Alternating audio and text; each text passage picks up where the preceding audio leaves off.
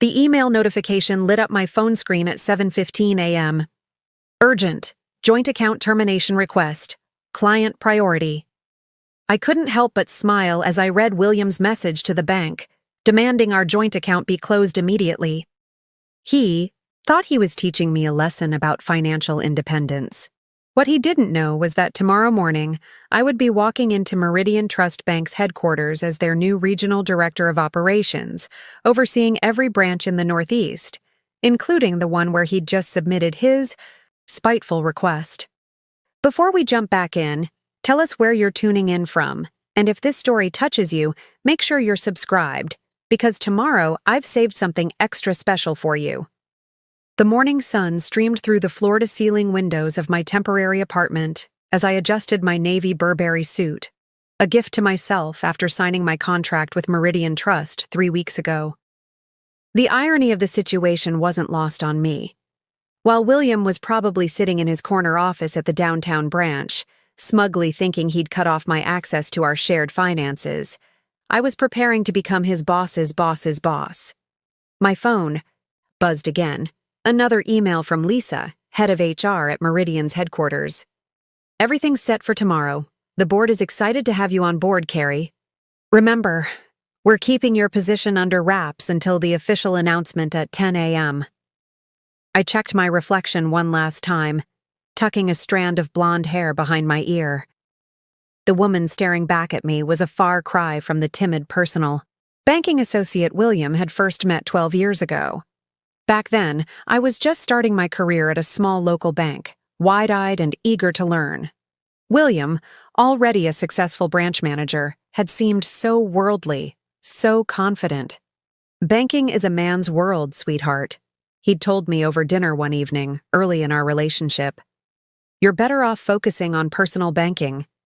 Leave the big decisions to those who understand the industry.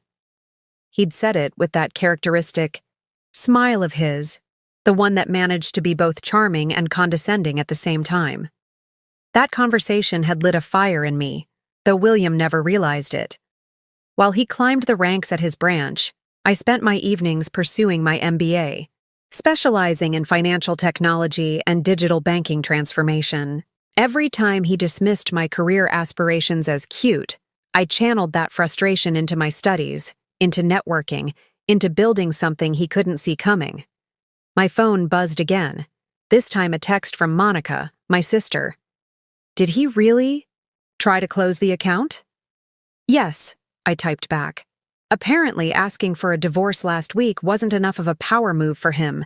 He's trying to prove a point. Monica's response was instant. Little does he know the weight of my new security. Badge felt heavy in my blazer pocket. For the next 24 hours, it would identify me only as Carrie Bennett, executive team, deliberately vague on direct orders from Jackson Cooper, the CEO who had headhunted me after my successful digital transformation of 3 major regional banks on the West Coast. Your track record speaks for itself, Jackson had said during my final interview.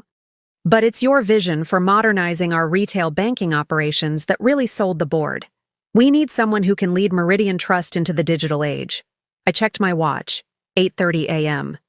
In my inbox, William's account closure request had already been flagged for executive review, thanks to the protocols I'd helped design but hadn't yet implemented. The old system would have simply processed it automatically. The new one recognized patterns of financial control and flagged them for investigation. My laptop pinged with a calendar reminder, 9 SAO a.m., pre-meeting with executive team. I'd be arriving early, of course. William had always mocked my habit of being unnecessarily early to everything. Banking runs on its own time, Carrie, he'd say. You need to learn to make people wait for you. I grabbed my leather portfolio and car keys, pausing at the door of my apartment. Part of me felt a twinge of sadness about how things had turned out. When I'd accepted the position at Meridian Trust last month, I'd actually planned to surprise William with the news over dinner. I thought he'd finally be proud, finally see me as an equal. Instead, I'd come home that evening to find him sitting at our kitchen table with divorce papers, complaining about how my frequent business trips and late-night studying had changed me, and how he needed someone more supportive of his career. The irony was almost poetic. My heels clicked against the marble lobby floor as I made my way to my car. The morning traffic was light, and I could already see Meridian Trust's distinctive glass tower rising above the city's skyline. Somewhere in that building, William was probably settling into his morning routine, unaware that his world was about to shift dramatically. My phone buzzed one last time, an email from Lewis Parker, my soon-to-be deputy director. All branch managers will be attending today's video conference announcement. Shall we proceed as planned? Absolutely, I replied. No changes. I pulled into my reserved parking space. The one William would walk past every morning, now marked simply with executive management. In less than 2 hours, everyone would know exactly who occupied it. The security guard at the executive entrance greeted me with a practiced nod. Good morning, Ms. Bennett. The executive team is gathering in the conference room on 47. I stepped into the private elevator, watching the numbers climb. My temporary badge felt like it was burning a hole in my pocket, a reminder of the momentous changes to come. As the elevator doors opened onto the 47th floor, I straightened my shoulders and lifted my chin. William had always said I needed him to succeed in banking. Today, he would learn just how wrong he'd been. The journey from that small branch office to this moment had been long, but as I walked towards the executive conference room, I knew one thing for certain. Success wouldn't be about proving William wrong. It would be about proving myself right. The executive floor of Meridian Trust Bank hummed with quiet anticipation. Through the glass walls of the conference room, I could see various department heads gathering for the pre-announcement meeting. My soon-to-be leadership team, though they didn't know it yet. Lewis Parker, my future deputy director, approached with a tablet in hand. Ms. Bennett, I've finalized the presentation for the announcement. Would you like to review it before the others arrive? I nodded, accepting the tablet. Louis had been instrumental in keeping my appointment under wraps, coordinating with HR to ensure everything was in place for today. The presentation was flawless, a comprehensive overview of the digital transformation initiative I'd be spearheading, complete with implementation timelines and projected outcomes. Excellent work, Lua, I said, returning the tablet. And the branch manager's video conference links? All tested and ready. Every branch manager in the Northeast region will be attending virtually. His emphasis on every wasn't lost on me. William wouldn't be able to avoid this announcement even if he wanted to. The conference room began filling with executives, each casting curious glances my way. My temporary badge and presence at this level would raise questions, but that was part of the plan. Let them wonder. In less than an hour, everything would become clear. Through the glass, I caught sight of Natalia Rodriguez, head of retail banking operations, deep in conversation with Michael Thompson from risk management. Their animated discussion carried through the door as they entered. The account closure flags are triggering more frequently than expected, Michael was saying. Just this morning, we had a priority case. A branch manager trying to terminate a joint account without proper consultation with both parties. I suppressed a smile, keeping my expression neutral. The new protection protocols I'd designed were already making waves, though they hadn't been officially implemented yet. A small preview of the changes to come. Ms. Bennett? A young assistant appeared at my elbow. Mr. Cooper would like a word before the meeting begins. I followed her to Jackson Cooper's office, my heels silent against the plush carpet. The CEO's corner office offered a commanding view of the city, and I could just make out the downtown branch where William worked, its distinctive red brick facade standing out among the modern glass buildings. Carrie, Jackson stood from behind, his massive desk, extending his hand. Ready for the big reveal? More than ready, I replied, shaking his hand firmly. Though I must admit, the timing has worked out rather interestingly. Jackson's eyebrow raised slightly. Oh? Let's just say that certain branch managers might find today's announcement particularly surprising. Preparing and narrating this story took us a lot of time, so if you are enjoying it, subscribe to our channel. It means a lot to us. Now back to the story. I kept my tone professional, but Jackson wasn't CEO for nothing. Understanding flickered across his face. Yes. I heard about this morning's account closure flag. William Bennett, any relation? Soon-to-be ex-husband, I replied calmly. He's about to learn some valuable lessons about both professional conduct and personal judgment. Jackson leaned back against his desk, studying me thoughtfully. You know, when the board selected you for this position, it was based on your track record of transforming outdated banking systems into modern, customer-centric operations. Your handling of the Sterling Bank merger alone proved you understand both the human and technical sides of banking. But I have to admit, I'm even more impressed by your composure right now. I smiled, remembering the Sterling Bank merger, my first major success after leaving William's sphere of influence. Banking is about trust, Mr. Cooper, both from our customers and within our organization. Sometimes trust requires difficult conversations and significant changes. Indeed. He gestured to the wall of monitors behind his desk, where dozens of branch video feeds were already connecting to the conference system.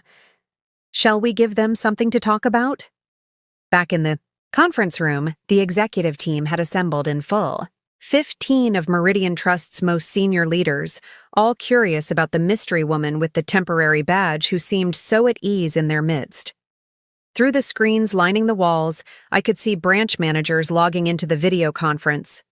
My eyes found William immediately, his familiar face among the grid of windows, looking slightly impatient as he adjusted his tie. Louis appeared at my side, subtly positioning a folder in front of me. Inside was a single document, my official appointment letter, signed by the board of directors. In just a few minutes, a copy would appear in every employee's inbox, including William's. 2 minutes until we begin, Lisa from HR announced, her voice carrying across the room. The murmur of conversation died down as Jackson Cooper took his place at the head of the table. I sat quietly, reviewing my notes one final time. The presentation outlined not just my appointment, but the comprehensive changes coming to Meridian Trust under my leadership, digital transformation initiatives, customer protection protocols, modernized service platforms, everything William had dismissed as unnecessary complications when I'd tried to discuss similar ideas years ago. My phone buzzed one last time. Another notification about William's account closure request. The system had flagged it for potential financial manipulation, just as I'd designed it to do. By the end of today, it would become a perfect example of why our new protocols were necessary. Through the video feed, I watched William check his watch and frown. He'd always hated waiting, always insisted on running meetings on his own schedule.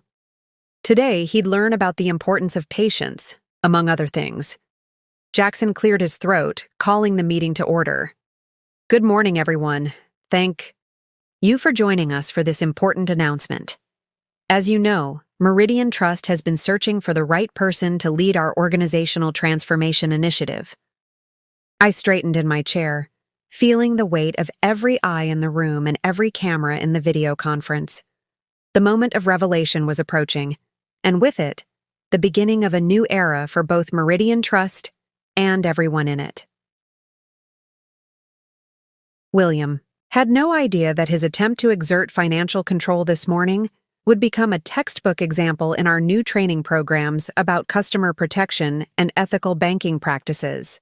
His last power play was about to become a lesson in humility, one that would reshape not just his career, but the entire organization's approach to customer service. As Jackson continued his introduction, I allowed myself one small, satisfied smile. Sometimes the best lessons come from unexpected teachers, and today, William was about to become both student and case study in the importance of professional ethics and personal integrity. It gives me great pleasure, Jackson Cooper continued, his voice carrying authority through both the conference room and video feeds, to introduce our new Regional Director of Operations for the Northeast Division. Through the video conference screen, I watched William suppress a yawn. He'd always considered these corporate announcements a waste of time, especially when they didn't directly involve him.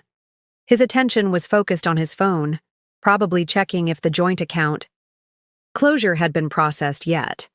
This individual brings an impressive track record of digital transformation and operational excellence, Jackson continued. Their recent success in modernizing 3 major West Coast banks caught our attention, but it was their innovative vision for customer protection and ethical banking practices that convinced our board. I noticed several branch managers perk up at the mention of West Coast banks. William's head lifted slightly, a flicker of recognition crossing his face. He'd dismissed my work there as small-scale projects when I'd tried to discuss them during our marriage. Please join me in welcoming our new regional director, Jackson gestured toward me, Carrie Bennett. I stood, smoothly removing my temporary badge as Lisa from HR handed me my official credentials. The reaction in the room was immediate, surprised. Murmurs from the executive team, approving nods from those like Louis who had been in on the appointment. But my attention was fixed on the video wall, specifically on William's feed. I watched as his expression transformed from boredom to confusion to dawning horror. His phone slipped from his fingers, clattering audibly through his microphone. Thanks. You, Mr. Cooper, I began, my voice steady and professional. I'm excited to lead Meridian Trust's transformation into the digital age. In fact, some of you may have already experienced one of our new initiatives this morning. I clicked to the first slide of my presentation, displaying the new account protection protocols. As of 6 a.m. today, we've implemented enhanced security, measures to protect our customers from potentially harmful financial actions. This includes flagging suspicious account closures and requiring executive review of any attempts to unilaterally terminate joint accounts. William's face had gone pale. Through his video feed, I could see him frantically checking his email, no doubt finding the automated response about his account closure request being flagged for review. This is just the first step in our comprehensive modernization strategy, I continued, moving through the presentation with practiced ease. Over the next 6 months, we'll be rolling out a series of customer protection initiatives, digital service enhancements, and ethical banking protocols that will set new standards for the industry. The executive team was fully engaged now, taking notes and nodding along with each point. Through the video feeds, I could see branch managers doing the same, except for William, who sat frozen, his tie suddenly looking too tight around his neck. Ms. Bennett, Michael from Risk Management spoke up. The account protection system you mentioned, is this related to the priority flag we received this morning? Excellent question, Michael, I replied, clicking to the next slide. In fact, let's use that as a case study. This morning at 7:15 a.m., a branch manager attempted to unilaterally close a joint account without proper consultation or documentation. Under our old system, this request would have been automatically processed, potentially leaving the other account holder in a vulnerable position. William's hand shot up in his video feed, his face now a shade of red I'd never seen before. Yes, Mr. Bennett? I acknowledged him with professional courtesy. You have a question about the new protocols? There must be some mistake, he stammered, his voice strained. Surely certain account actions should be expedited for branch managers. Actually, I cut in smoothly. Our new system is specifically designed to prevent any abuse of position or authority. Banking is built on trust, after all. We can't hold our customers to standards that we ourselves don't follow. The irony of the situation wasn't lost on the other branch managers. Several were hiding smiles behind their hands, particularly those who had worked under William and experienced his management style firsthand. Moving forward, I continued, changing slides. All branch managers will undergo mandatory training, In ethical banking practices and customer protection protocols, we're not just updating our systems, we're transforming our entire approach to banking. Lisa from HR stepped forward with a stack of folders, beginning to distribute them to the executive team. You'll find detailed implementation timelines and departmental responsibilities in these packets. Digital copies are being sent to all branch managers as we speak. I watched William's eyes dart back and forth as he presumably opened the email on his screen. His world was shifting seismically, and he couldn't even leave the video conference without drawing attention to himself. I'll be conducting personal visits to each branch over the next month, I announced, noting how William's head snapped up at this. These visits will help us identify areas where we can better serve our customers and support our employees. I look forward to seeing how each branch implements these new initiatives. Jackson Cooper stood again, moving to my side. The board has complete confidence in Ms. Bennett's vision for Meridian Trust. Her appointment represents our commitment to modernizing our operations while strengthening our ethical foundation. Through the video feed, I could see William loosening his tie, probably feeling the walls of his carefully constructed kingdom crumbling around him. The account closure request that he'd submitted as a power play had instead become evidence of exactly why we needed these new protocols. One final note, I added, my voice carrying clearly through the conference room and video feeds. Effective immediately, all pending account closure requests will be reviewed under the new guidelines. Our customer protection team will be reaching out to affected parties to ensure proper procedures are followed. William's face was a study in conflicting emotions: embarrassment, anger, fear, and something that might have been dawning respect. He'd always said banking was a man's world. Now he was learning that competence and ethics knew no gender. Any questions? I asked, surveying both the room and video feeds. William's hand, which had started to rise again, slowly lowered.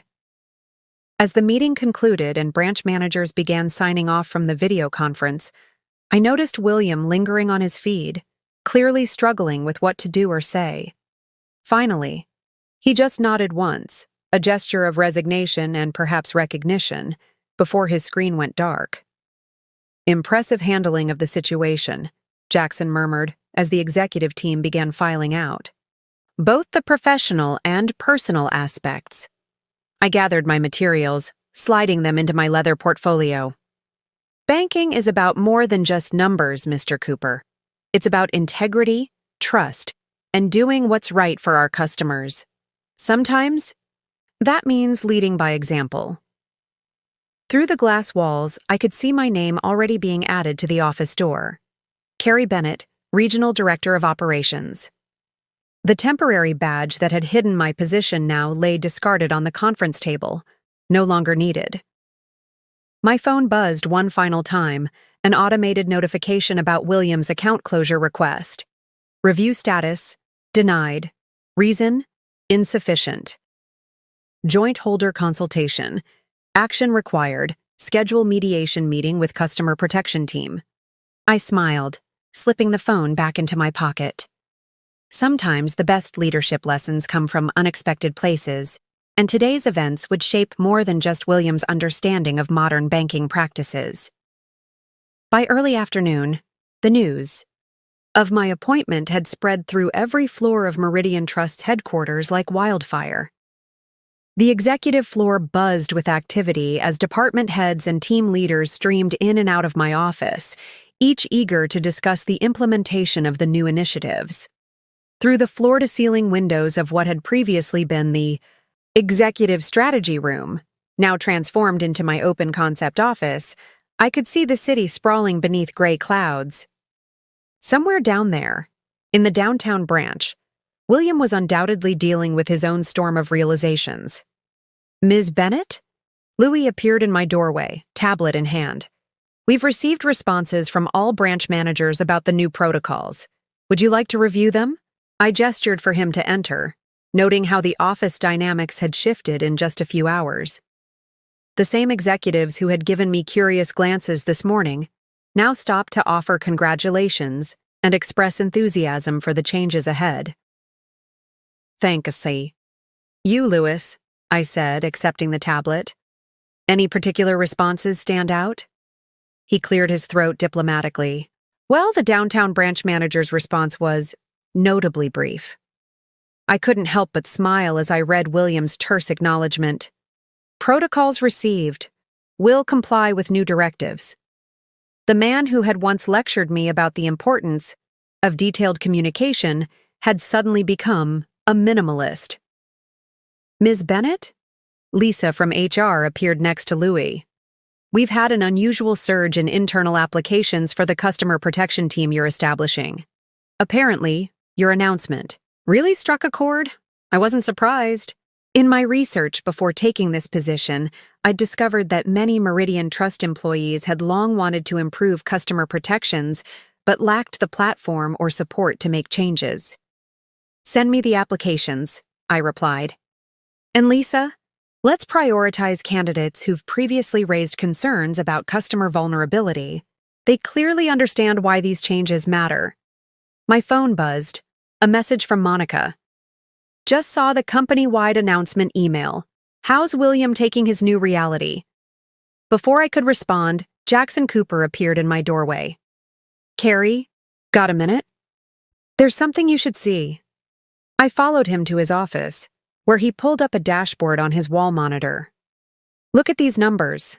Customer service satisfaction scores are already trending up, just from the announcement of the new protocols. Word's getting out that we're taking customer protection seriously. The graphs showed a clear uptick in positive feedback, particularly around account security and service confidence. It was early data, but promising. The board's thrilled, Jackson continued. But we've also received some interesting feedback from the downtown branch. Let me guess, I said.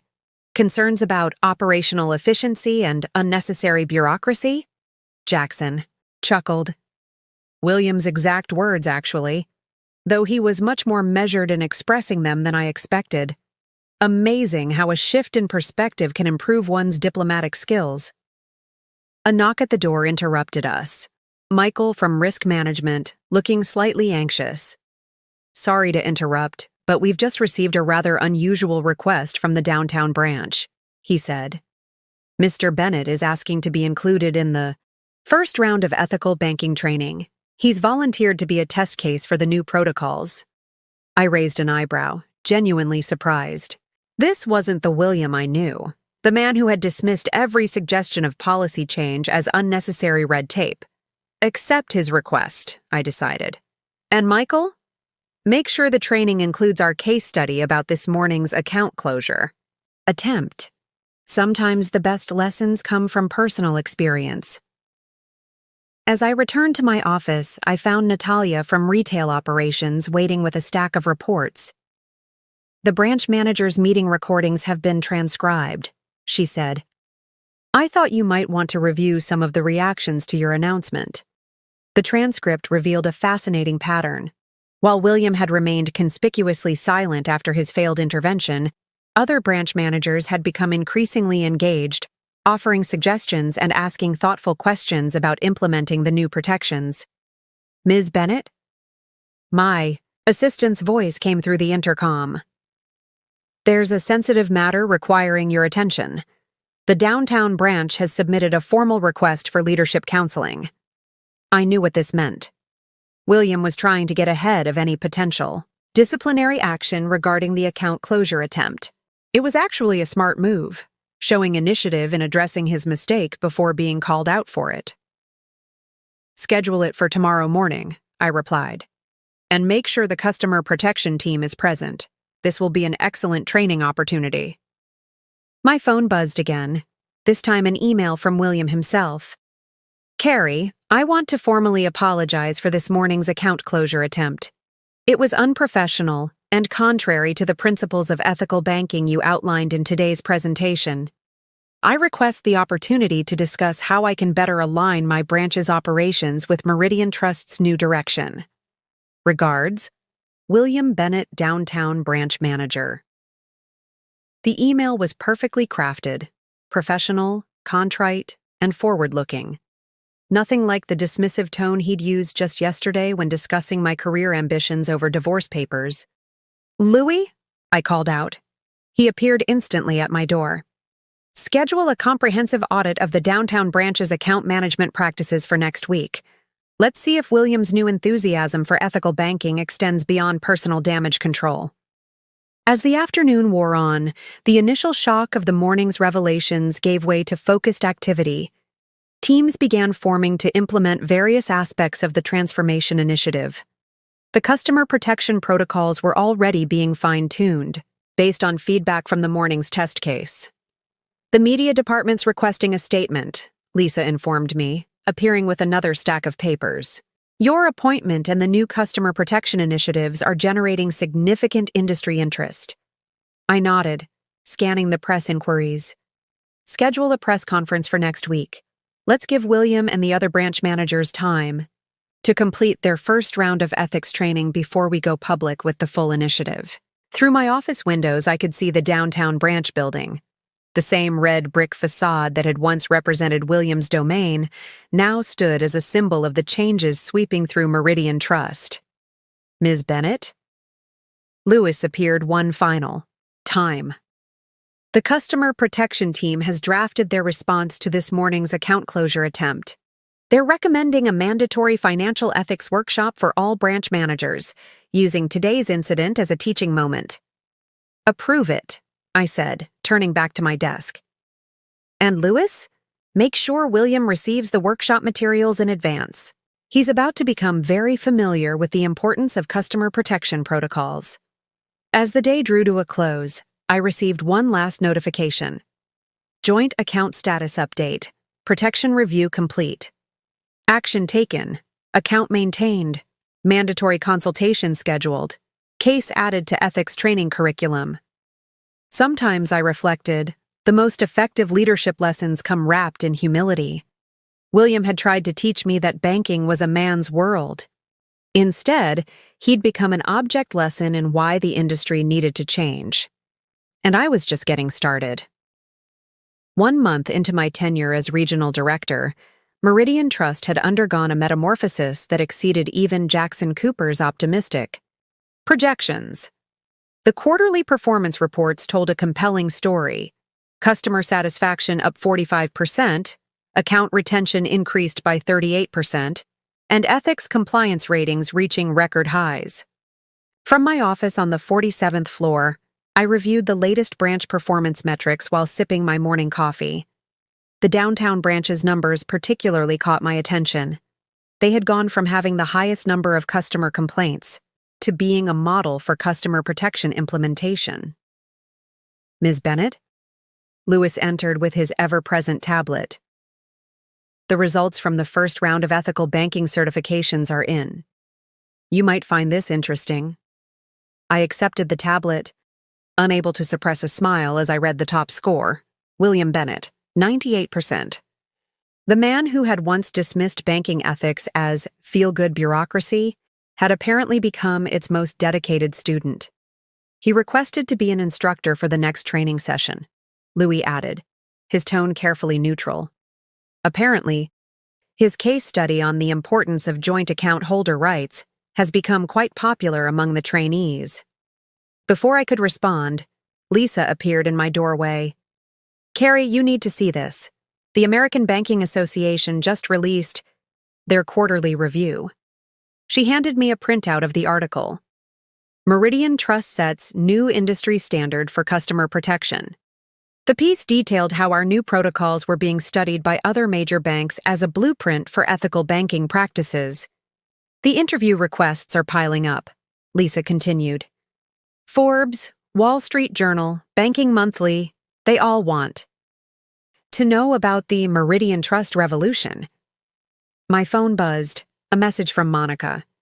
"Just saw your bank on the morning news. Guess who they interviewed?" I pulled up the news clip on my computer. There was William, standing in front of the downtown branch, speaking passionately about Meridian Trust's commitment to customer protection. "Banking isn't just about numbers," he was saying to the reporter.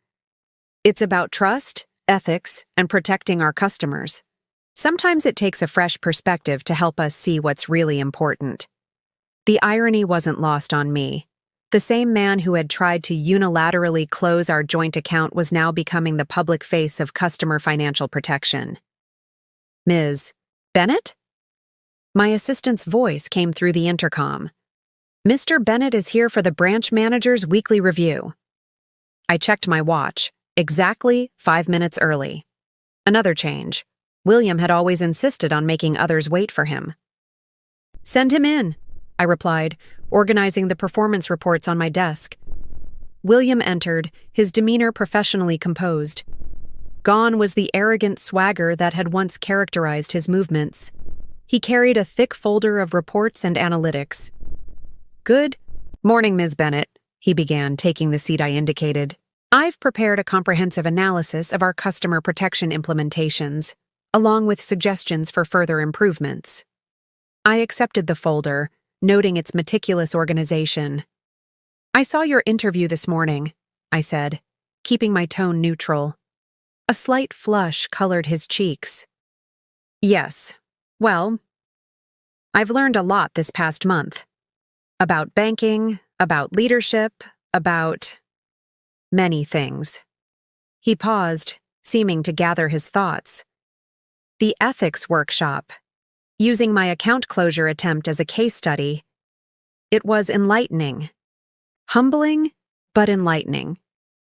The best lessons often are, I replied, reviewing his analysis. The suggestions were actually quite innovative. Ideas for extending customer protections, enhancing financial literacy programs, improving communication, protocols. You've put a lot of thought into this, I observed. William nodded, his expression earnest. I've been doing a lot of reflection about my management style, my assumptions about banking, about how I treated you and your ideas. Before I could respond, Jackson Cooper appeared in the doorway. Sorry to interrupt, but you both need to see this. He flipped on the office TV, where CNBC was running a special report. Banking giant Meridian Trust leads industry revolution in customer protection. The report detailed how our protocols had already prevented hundreds of potential financial abuse cases across the region. The board is ecstatic, Jackson announced. They want to roll out these protocols nationwide. Carrie, they're creating a new position, National Director of Customer Protection and Ethical Banking Practices. I could feel William's eyes on me, as Jackson continued. They want you to develop the implementation strategy. You'll need to appoint someone to take over as regional director. Actually, I interjected, I have someone in mind. I turned to William, whose expression showed dawning understanding. Someone who's learned the importance of customer protection firsthand. William's face registered shock, followed by careful consideration. The downtown branch's transformation has been impressive, I finished. Your recent work demonstrates exactly the kind of leadership we need, assuming you're interested in proving that banking can be both profitable and ethical. I would need to earn it, he said slowly. Properly. This time, no shortcuts, no assumptions of privilege. Exactly, I nodded. The position would require additional certification, comprehensive ethics training, and a proven track record of implementing customer protection protocols. Jackson smiled. Well, this is unexpected but fitting. I'll let the board know we have a potential candidate. William, you'll need to submit a formal application and development plan. After Jackson left, William remained seated, his expression thoughtful. I owe you an apology, he said finally. Many apologies, actually. I was so convinced I knew everything about banking that I couldn't see the industry was changing. Couldn't see that you were right. Banking did need to change, I agreed. Sometimes it takes a shock to the system to catalyze that change. Like trying to close a joint account and discovering your ex-wife is your new boss? A hint of his old humor flickered in his eyes, but without the former arrogance. Life has a way of teaching us what we need to learn, I replied, returning to his proposal. These suggestions for expanding customer protection, they're good. Implement them at the downtown branch. Show me they work. Prove you mean what you said in that interview. William stood, straightening his tie, a gesture that now seemed more habitual than performative. I won't disappoint you. Not this time. As he reached the door, he paused. You know, I used to tell you banking was a man's world. I was wrong. It's not about gender, it's about vision, about doing what's right for our customers. You helped me see that. After he left, I turned to look out over the city. The downtown branch stood as a testament to how much could change in just 1 month. My phone buzzed with another message from Monica. Saw the CNBC report. From closing accounts to protecting them, quite a transformation. I smiled, remembering William's words from just a few weeks ago. You'll never succeed in banking without me.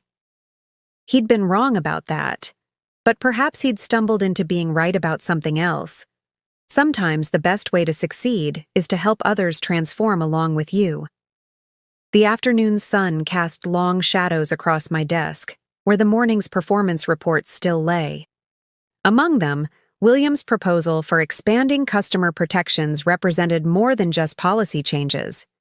It represented the possibility that people, like institutions, could learn, grow, and transform.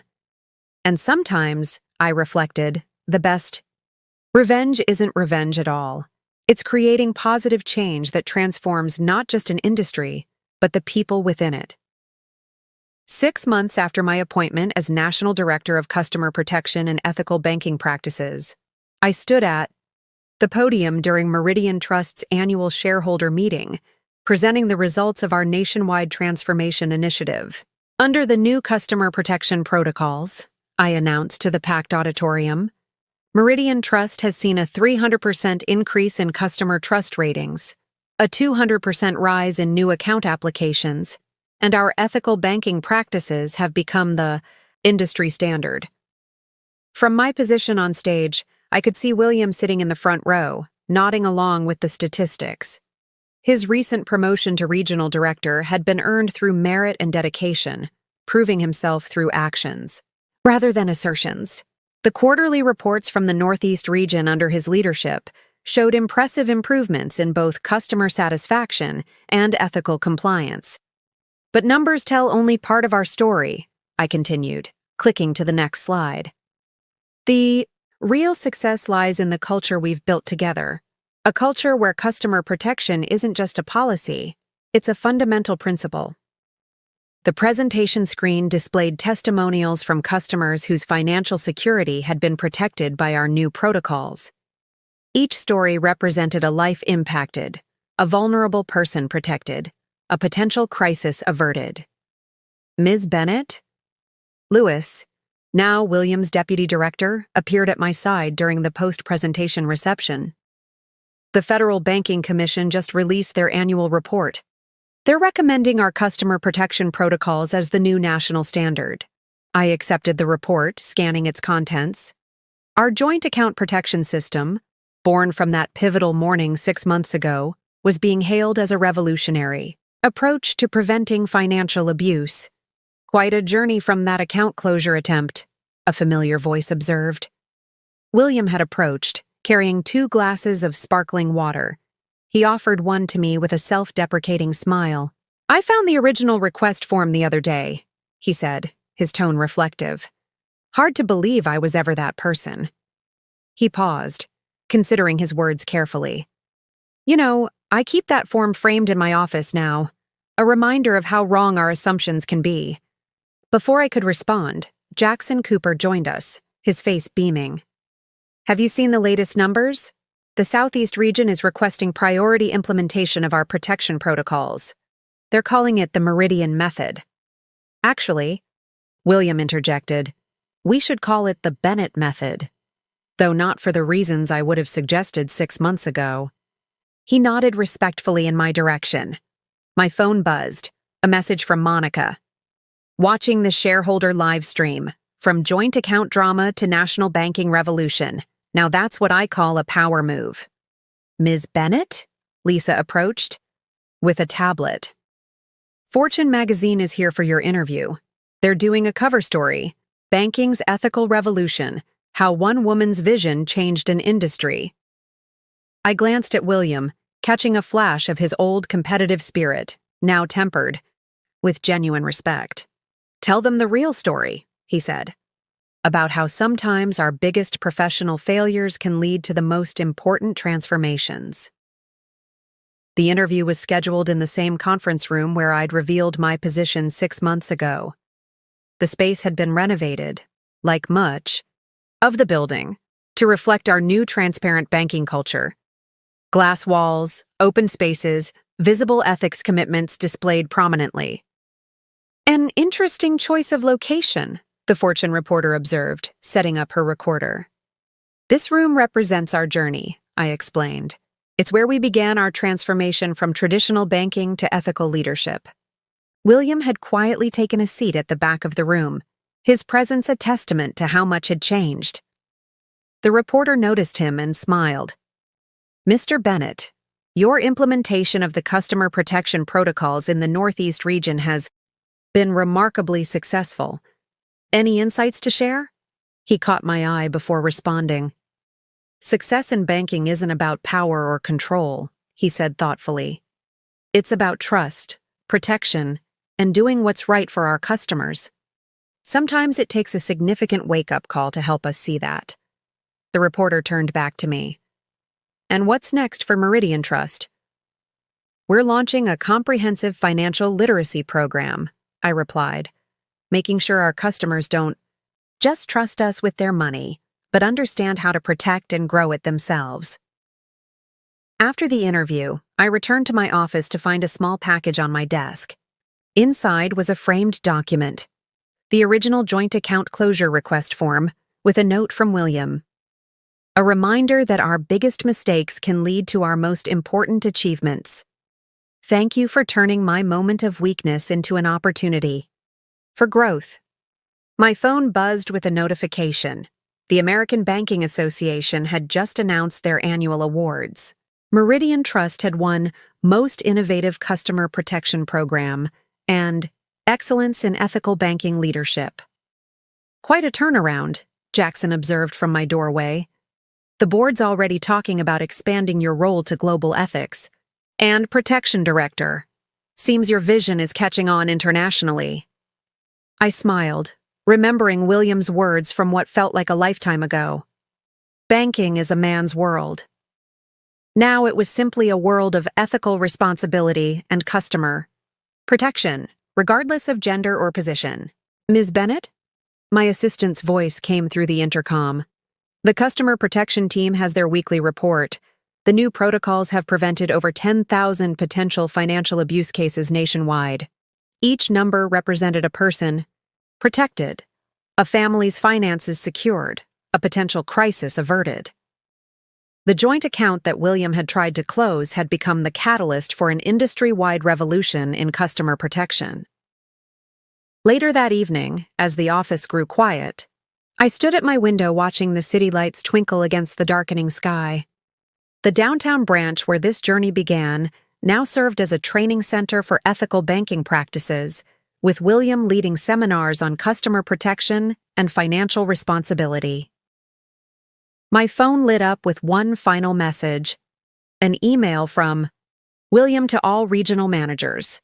Remember, our success isn't measured just in numbers, but in the trust we build and the customers we protect. Every account represents a person, every transaction a responsibility. Let's continue to lead by example. I smiled, knowing that sometimes the most powerful changes come not from revenge or confrontation, but from transformation and growth. What had started as a personal conflict had evolved into a movement that was reshaping the entire banking industry. The lights of the city continued to shine, each one representing a customer, a family, a future we were now better equipped to protect. In the end, the greatest victory wasn't in proving William wrong, but in helping him, and the entire industry, become something better. Banking had indeed changed, not just for me or William, but for everyone. And that, I reflected, was the most satisfying outcome of all. 1 year after the morning that changed everything, I stood in my new office on the top floor of Meridian Trust's global headquarters. The view stretched beyond the city limits, a fitting metaphor for how far our influence had spread. The Wall Street Journal lay open on my desk, its headline bold and clear. Meridian Trust's ethical banking revolution goes global. As Global Director of Ethics and Customer Protection, I now oversaw the implementation of our protocols across 3 continents. The simple joint account protection system that had started with William's ill-fated closure attempt had evolved into a comprehensive framework for ethical banking practices worldwide. Ms. Bennett? Natalia appeared in my doorway, now serving as head of international operations. The London office just finished their protection protocol implementation. Their customer satisfaction scores are already up 40%. I nodded, reviewing the data on my tablet. And the Tokyo branch? Ahead of schedule, she replied. William's training program has been particularly effective there. They're calling him the Ethics Ambassador. The irony of that title wasn't lost on me. William had transformed from someone who once viewed banking as a power game into a leading advocate for customer protection. His journey had become a case study at top business schools. The Bennett transformation, from control to protection. My phone buzzed, a message from Monica. Just saw your TED Talk on ethical banking got 2 million views. Who knew that joint account drama would lead to this? The talk, titled Banking with a Conscience, How Customer Protection Changed Global Finance, had indeed gone viral. Business schools were incorporating our story into their ethics curriculum, and financial regulators worldwide were studying our protocols. Carrie? Jackson Cooper's voice drew my attention. He stood in the doorway, looking pleased. The World Banking Commission just released their annual report. They're officially adopting our protection standards as global requirements. I accepted the report, noting how our original protocols had been expanded and enhanced through collaboration with international partners. What began as a response to one manager's attempt to abuse his position had grown into a worldwide movement for customer protection. Ms. Bennett? Louis appeared with his tablet. William's keynote at the European Banking Summit just concluded. The response was overwhelming. I pulled up the live stream recording. There was William, speaking passionately about the importance of ethical banking to a packed auditorium in Brussels. Banking isn't about power, he was saying. It's about protection, trust, and responsibility. Sometimes it takes a personal failure to help us understand our true purpose. The camera panned to show bankers from across Europe nodding in agreement. Our story had resonated far beyond Meridian Trust, touching something fundamental about the relationship between financial institutions and their customers. The transformation numbers are remarkable, Lisa commented, joining us with fresh statistics. Global customer trust in banking is at its highest level in decades. Financial abuse cases have dropped 70% in regions using our protocols. My phone lit up with another notification. Forbes had just released their annual Most Influential People in Banking list. My name was at the top, with a caption that made me smile. The woman who revolutionized banking ethics. Speaking of influence, Jackson added, the Harvard Business Review wants to do a comprehensive case study on our transformation. They're particularly interested in how a personal conflict led to institutional change. I glanced at the framed joint account, closure form still hanging on my wall, William's gift from 6 months ago. It had become something of a legend in banking circles, the catalyst that sparked a global revolution in financial ethics. Ms. Bennett? My assistant's voice came through the intercom. The UN Financial Protection Committee is on line 1. They want to discuss implementing our protocols in developing nations. Before I could respond, William himself appeared in my doorway, looking energized despite his recent return from Brussels.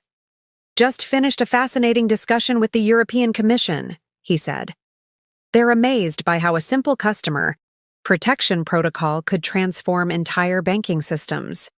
Sometimes the biggest changes start with the smallest moments, I replied, gesturing for him to enter. He nodded, taking a seat.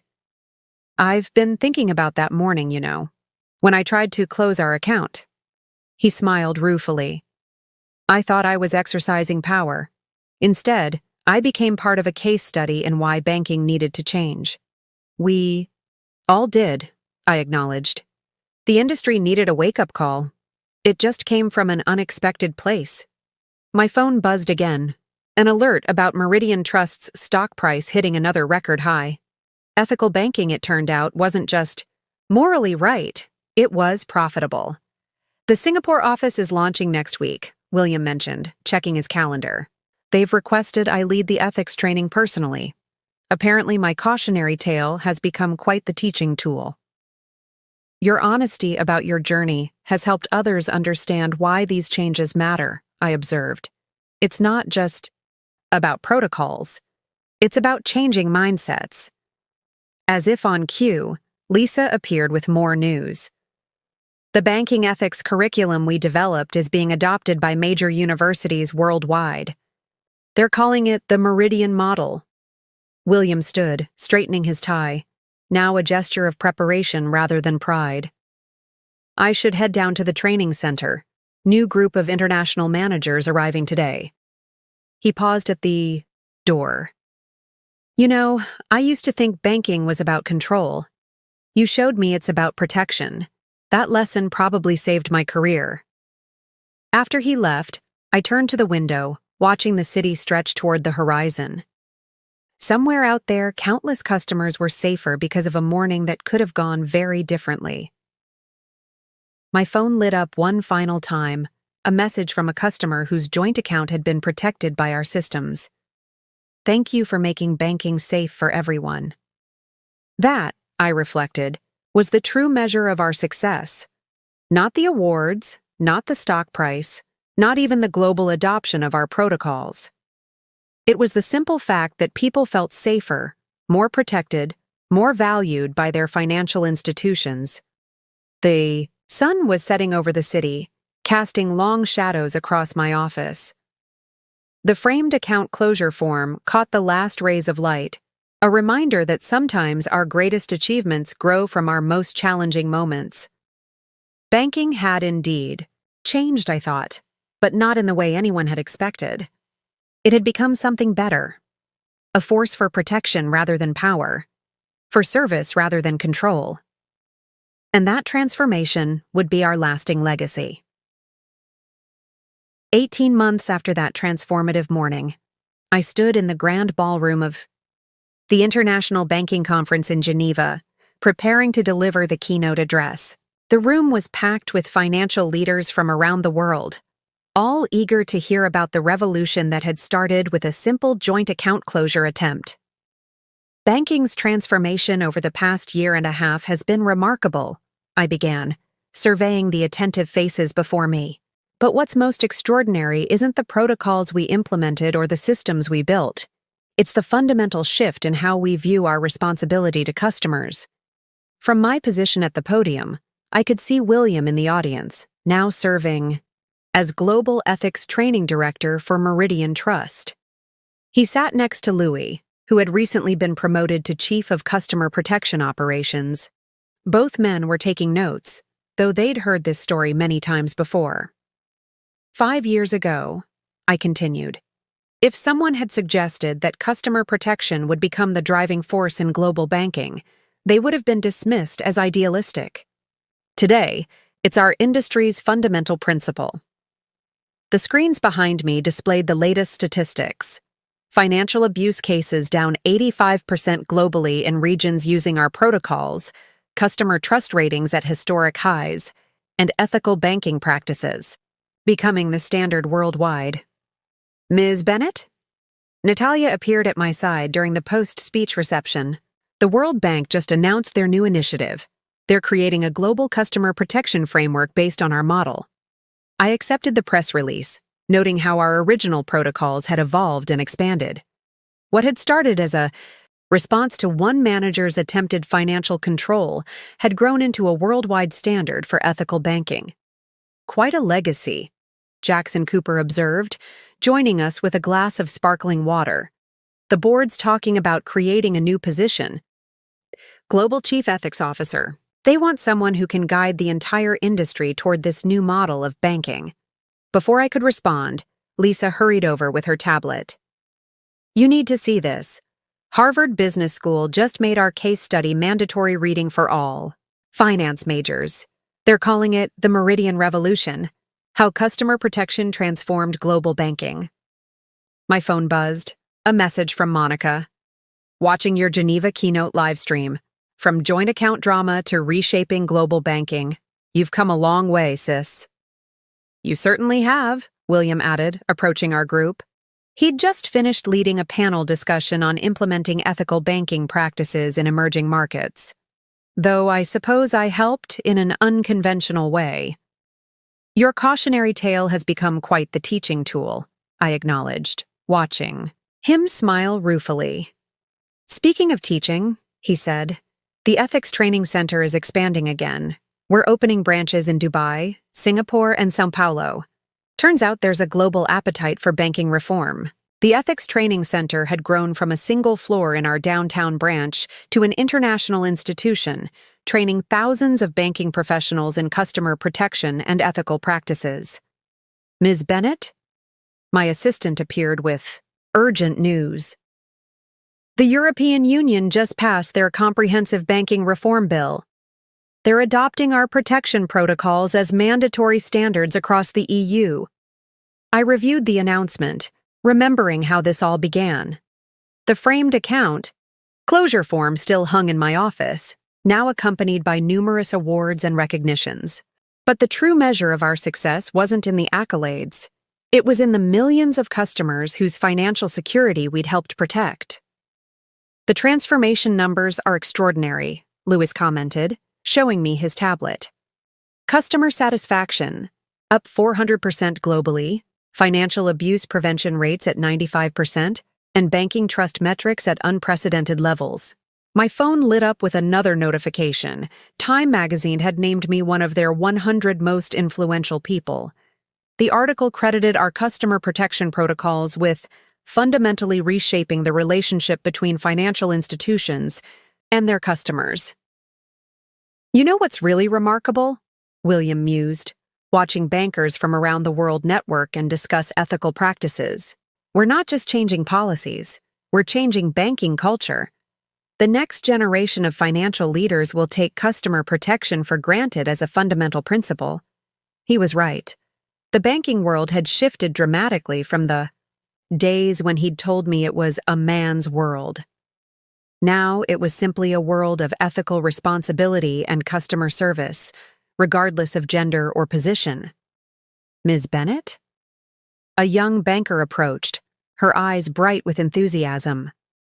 Your story inspired me to propose new protection protocols at my bank in Malaysia. We've just finished implementation, and the results are amazing. These encounters had become common, young financial professionals from around the world sharing how our example had inspired them to drive change in their own institutions. The ripple effects are still spreading, Jackson observed. Every week we hear about new banks adopting our protocols, new regions implementing protection standards, new success stories from around the world. As the conference continued around us, I found myself reflecting on the journey. The morning William had tried to close our joint account seemed like a lifetime ago, yet it had set in motion changes that were still transforming the industry. Ms. Bennett? Lisa appeared with more news. The International Banking Standards Committee wants to create a permanent position for you, Chief Advisor on Global Banking Ethics. They want to ensure these changes become permanent. My phone buzzed once more, an email from a customer in Brazil. Your protection protocols saved my family's finances. Thank you for making banking safe for everyone, everywhere. That evening, as the Geneva lights twinkled below my hotel room window, I thought about the future of banking. What had started as a personal conflict had evolved into something far more significant, a fundamental reimagining of what banking could and should be. William's voice from the conference echoed in my mind. Sometimes our biggest mistakes lead to the most important changes. He'd gone from trying to control one joint account to helping protect millions of accounts worldwide. The next morning's agenda included meetings with banking regulators from Asia, Africa, and South America, all eager to implement our protection protocols in their regions. The revolution that began in one bank branch was now circling the globe, changing lives and institutions along the way. As I prepared my notes for the next day's sessions, I smiled at the simple truth we'd discovered. Banking's future wasn't about power or control. It was about protection, trust, and responsibility. And that future was already here, spreading across borders and transforming institutions, one customer at a time. The story that had started with a spiteful account closure attempt had become a blueprint for global banking reform. But more importantly, it had shown that real change often comes not from seeking revenge, but from transforming challenges into opportunities to make things better for everyone. That, I reflected, would be our lasting legacy to the banking world. Up next, you've got 2 more standout stories right on your screen. If this one hit the mark, you won't want to pass these up. Just click and check them out. And don't forget to subscribe and turn on the notification bell so you don't miss any upload from us.